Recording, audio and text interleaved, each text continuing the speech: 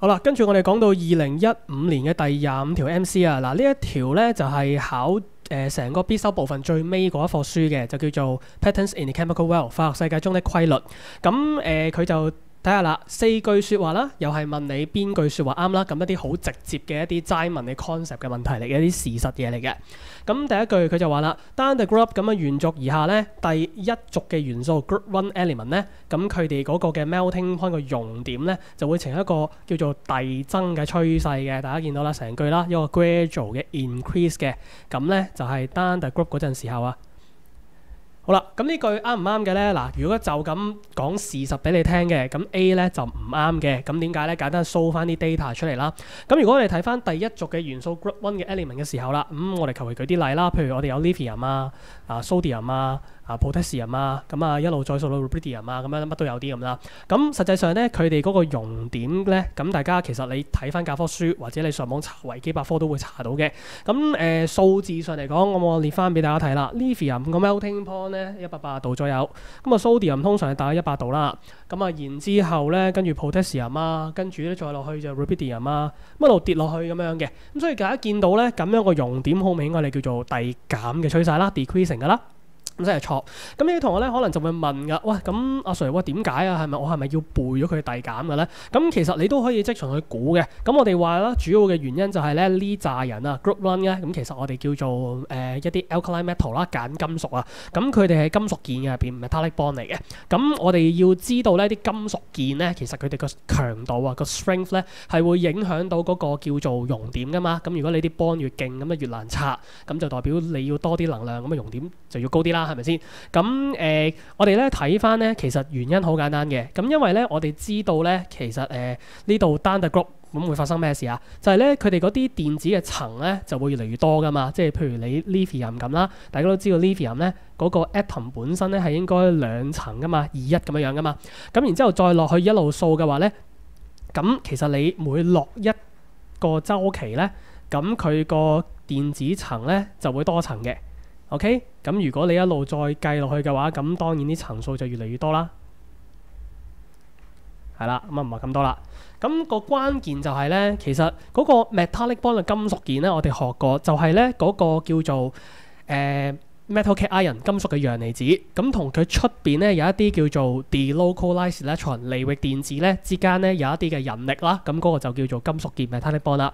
咁而個問題就在於咧，當你嗰粒metal 嗰個 atom 啊，當佢咧本身嗰個 radius 個半徑個 size 咧就越嚟越大粒嘅時候咧，咁就會令到咧嗰條鍵啊，嗰條 bond 咧兩個人之間咧個距離就會遠咗啦。咁距離遠嘅時候所帶嚟嘅後果咧就好簡單啦，就係咧個距離越遠咧，咁個引力咧就會減弱嘅。所以結論就係話咧，我哋當嗰個 atom 嘅 size 如果係越大，個原子嘅體積或者個原子嘅半徑都可以咁形容啦。如果個體積增加嘅話咧，咁我哋就話嗰個叫做 bond strength， 即係中文嘅同學咧，我哋就叫做鍵嘅強度啊，咁就會減弱嘅。咁所以個鍵嘅強度低咗，咁自然咧我哋唔使咁多能量咧去破壞條鍵，咁自然咧個熔點就會有個咁嘅跌咁樣嘅效果啦。得唔得先？好啦，咁所以 A 咧就係錯噶。好啦，咁然之後 B 佢就話啦。down the group 又係喎，沿續而下，咁咧就 group 7啦 halogens 啦，老素啦，第7族元素呢個沸點咧就會有一個係遞增嘅趨勢，又係呢啲咁嘅事實嘅嘢，又問你啱唔啱啦？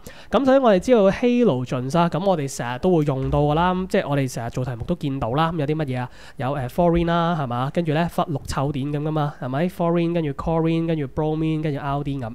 嗱，咁大家就要小心啲，因為咧其實你唔同嘅族咧，咁其實佢入邊嗰啲 bonding 嗰啲鍵啊，嗰啲結構都係唔一樣，咁所以個解釋嘅方法都係唔同嘅。嗱，咁如果就咁問你呢啲人咧，佢哋個沸點咧嗰個嘅叫做順序嘅話咧，咁又係啦，我又俾翻啲事實你啦。咁今次問 boiling point 啊，問沸點啊嚇。咁fluorine 個沸點，咁我睇一睇先啊，-188度。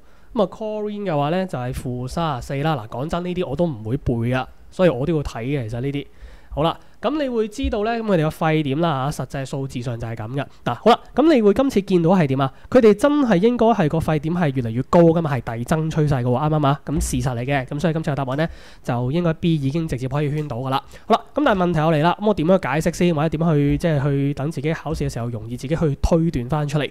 咁今次咧大家就要留意，咁因為咧我哋要留意呢個 Group 7咧呢啲人咧，其實佢哋嗰個形態咧，我哋學過係一啲叫做 simple molecules 嚟嘅，一啲咧叫做簡單嘅分子啊。我哋知道咧，例如 fluorine 呢啲咧叫做 F2 咁樣嘅，兩個 F 嘅原子共價鍵 covalent bond 黐埋噶嘛。咁 chlorine 又係啦 ，Cl2 啦，跟住 Br2 啦，咁跟住 I2。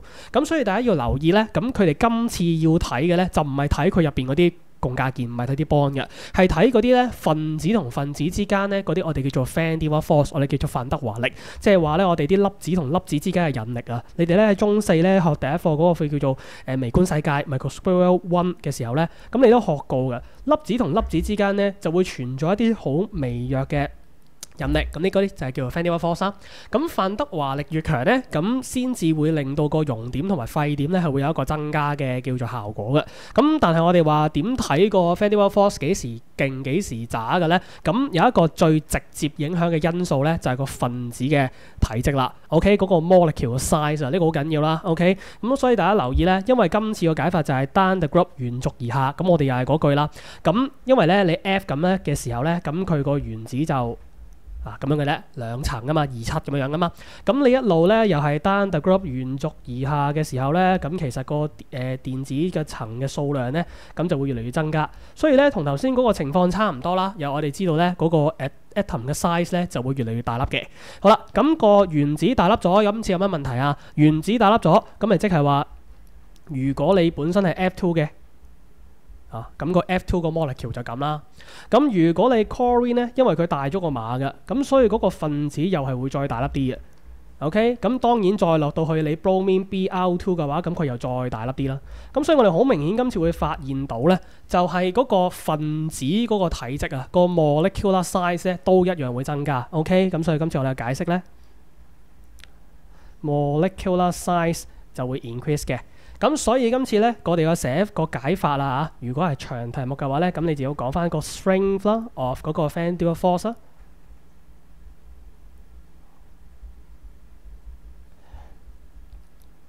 就會 increase 啦。嗱，我哋話分子間咧嗰個叫做范德華引力嗰個強度會增加，咁所以咧我哋要俾多啲能量咧，先可以叫做克服啲分子之間嘅引力啊。咁所以佢哋嘅沸點或者熔點通常都會有個 increasing 嘅。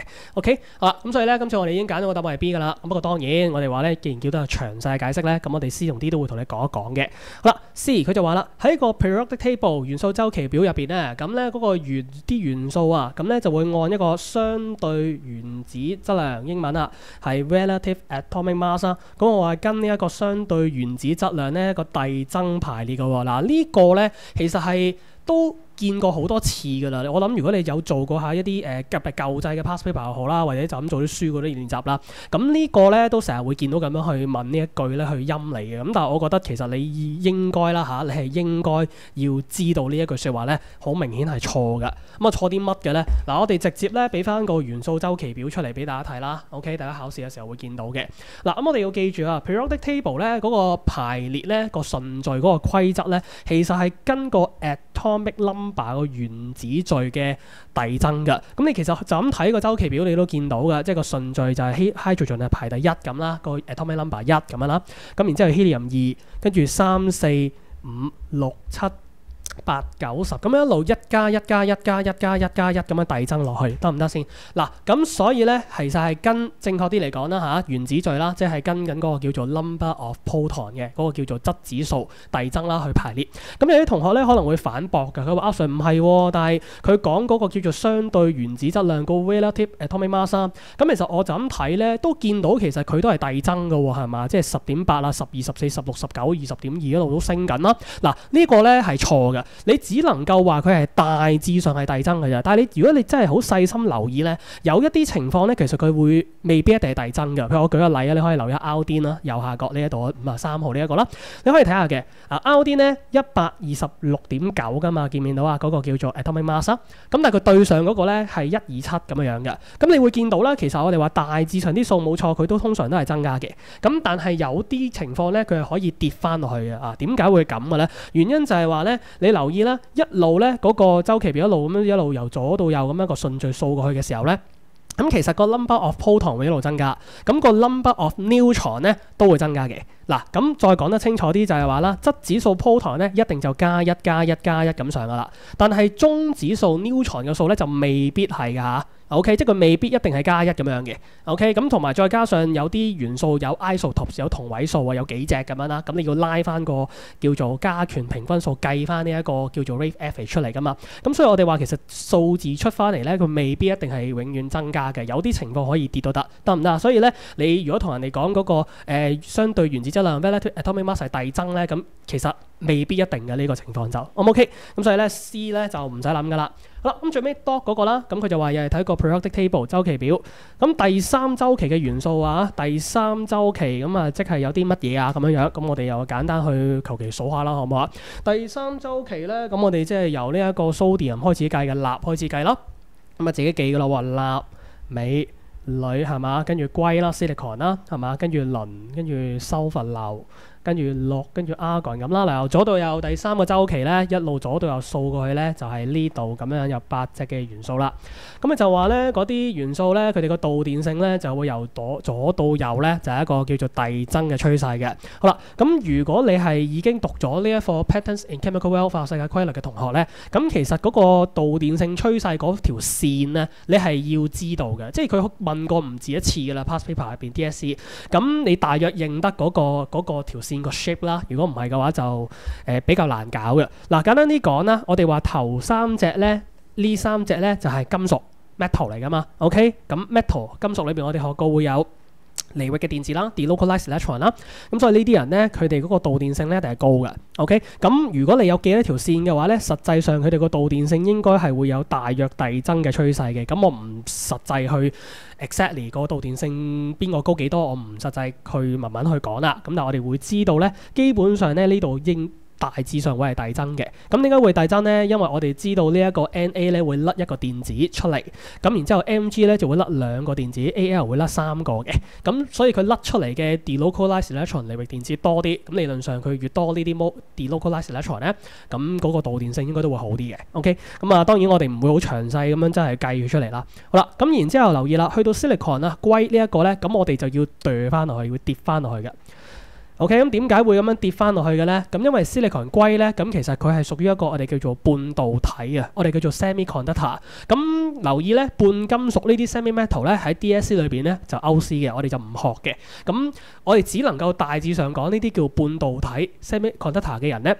咁佢哋喺某啲嘅情況之下會有一個好啲嘅導電性咁啦，咁但係佢哋個 conductivity 咧通常會比普通金屬咧係會渣嘅。好啦，咁所以我哋咧會將佢咁樣跌翻落去啦。好啦，咁然之後去到最尾呢四個咧 ，OK 呢四隻 element 咧，咁唔使諗啦，全部咧就當佢貼地得噶啦，全部咧就跌晒落去，咁啊一路咧打橫過嚟啦，跌咁樣。呢四個咧就當佢基本係唔通電。咁點解啊？因為呢四隻嘢咧其實都係屬於simple molecular structure， 我哋叫做簡單分子結構啊。OK， 既然係分子咧，咁啲粒分子同分子之間咧係得啲范德華力嘅啫。咁佢哋係冇一啲實際嘅聯繫嘅。咁呢啲人咧，佢哋係分子就唔導電㗎啦。咁所以就唔使諗嘅。咁如果你有記得嘅話咧，咁 P 咁通常常見個形態咧就係一個叫 P4 嘅分子啦。OK， 咁然之後 S 咧就 S8 嘅。咁然之後 Chlorine 就 Cl2 啦，跟住 Argon 就自己 monoatomic 單原子分子咁嘅。咁呢四個都係分子，四個都當佢完全唔通電，係嘛？咁我哋見到個事實係乜嘢咧？就係話，喂，咁樣算唔算遞增趨勢啊？好明顯唔係啦。OK， 遞增趨勢係講緊條線咁樣一路斜上去，由最低慢慢升到最高就叫遞增。咁今次好明顯要升咗又跌翻落去嘅，係嘛？咁呢個絕對唔可以咁樣叫遞增。咁所以最尾 D 咧都錯。好唔 OK 先？好啦，咁四句咧純粹問一啲好事實嘅嘢嘅啫。咁希望大家咧即係溫書嘅時候咧要清楚翻個事實，同埋要清楚翻背後個解釋啦。咁你會容易啲去記嘅，得唔得？